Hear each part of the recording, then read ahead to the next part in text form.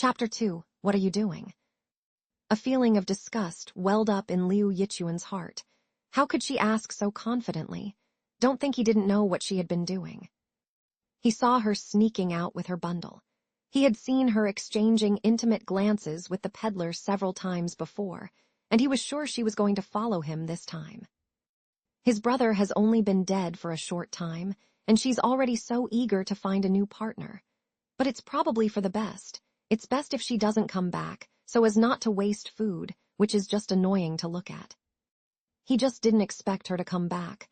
What's she doing back? Did she forget something? Want to move your stuff out of the house? What do you think they are? A sucker. Thinking this, Liu Yichuan's expression grew even colder. Shouldn't I be asking my sister-in-law that? What are you doing out there so late at night? Qian's face turned pale upon hearing this, but fortunately, the moonlight concealed her true state.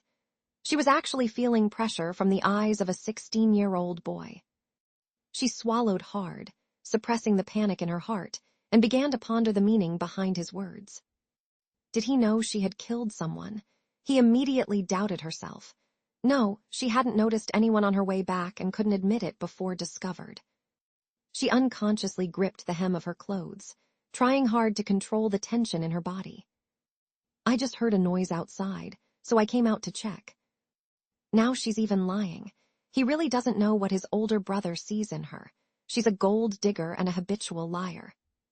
Really? Coming out dressed like this in the middle of the night? After saying that, his gaze fell on her messy hair, and then glanced at her half-open clothes. Qian followed his gaze and looked down. Her collar was slightly open from the fight, revealing a smooth chest and the cleavage that could be vaguely seen. The extent to which her clothes were open wouldn't be considered unusual in modern times, but being stared at by the boy in front of her, even though his eyes didn't hold any eroticism, Qian still felt offended.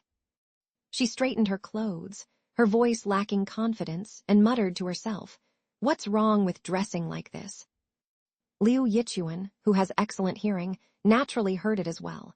She was so self-righteous and shameless. A surge of anger rose within him, as if to burn away the last vestiges of his reason. He stepped forward, grabbed her by the neck, and forced her to retreat step by step until she was pressed against the wall. "Does your sister-in-law want to reunite with your brother?" Qian felt short of breath, unable to exhale or swallow the air in her mouth. She patted the arm in front of her, but the arm remained as still as a rock. She simply crossed her arms and used them as leverage to kick the person opposite her. She didn't know where the kick landed, but she heard a muffled groan from the other side. The hand gripping her neck loosened slightly, and she had just caught her breath when the force in that hand suddenly increased again, even stronger than before. This time, she couldn't breathe at all. Qian's legs had lost all strength, and she could only weakly pat the arm that was choking her neck. Finally, her hands lost all strength, eyes rolled back, and hands slowly slid down. Is she going to die again less than an hour after transmigrating? Was she the first person in history to do so? Just as she was losing consciousness, her body was thrown to the ground. Her throat burned with pain, and she touched her neck, gasping for breath as if she had survived a close call. The boy in front of me was only 16 years old, yet he was far too ruthless. The boy looked down at her and said, "Sister-in-law, you'd better tell the truth." Qian's lowered eyes darted around quickly as she coughed and pondered. They were a family now, and if she was the only one who made a mistake, wouldn't the whole family share the responsibility? Besides, if evidence of his presence were left behind, who would believe that a weak woman like her was the one who killed him? "You brat, you were the one who attacked me first, so don't blame me for it." Qian suppressed the calculating expression on her face.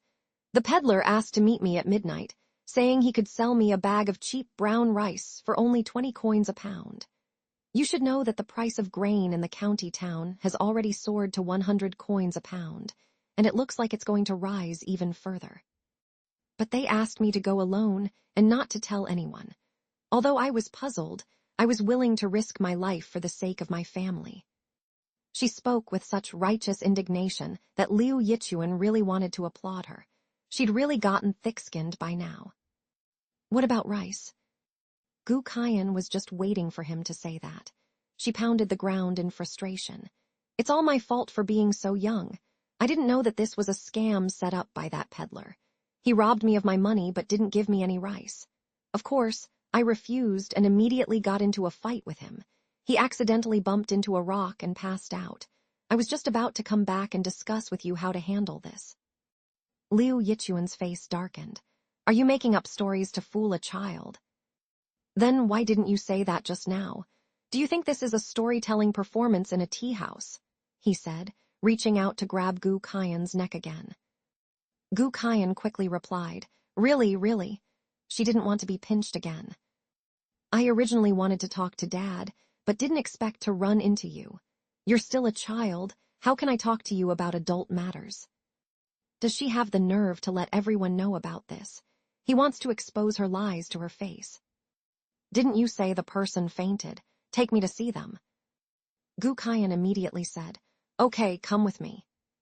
Seeing how readily she agreed, Liu Yichuan frowned. Could she be telling the truth? Seeing that he was not moving, Gu Qian urged him again. Wait a moment. Liu Yichuan left these words and went inside. Gu Qian thought he was going to call the original owner's father-in-law.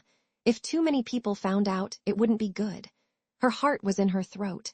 She stared at his back and quickly tidied her hair and clothes. Fortunately, he went into her room. Liu Yichuan picked up the dagger hanging on the wall and was about to go out when he thought for a moment, then tied the dagger to his calf and covered it with his trouser leg so that nothing seemed amiss before going out. In the woods, Zhang Feng clutched his bleeding head, muttering, Damn it, I've fallen for a woman's trick. Still want to come with me? Dream on, I have a wife and kids. Why would I bring a rich girl home? He, Zhang Feng suddenly laughed again, as if he had thought of something, but the laughter made his mouth hurt. We could sell them to brothels. That would be another sum of money. Oh dear, why didn't I think of that just now? I'll try to fool her again next time. Zhang Feng muttered curses as he picked up the loose silver coins from the ground. They amounted to only 2 taels. The world is getting more and more chaotic. 2 taels of silver can't buy anything good. He touched the wound on the corner of his mouth with his tongue. This village seems to be quite prosperous. Should he go and steal some? Even if you don't steal rice or money, stealing a chicken is still good. However, he was still hesitant. His leg had been hit with a stone by that bitch, and it was still very painful. If he wasn't careful when climbing over the wall, he might get caught. Just as he was hesitating, he heard a sound coming from not far away. It's in the woods up ahead.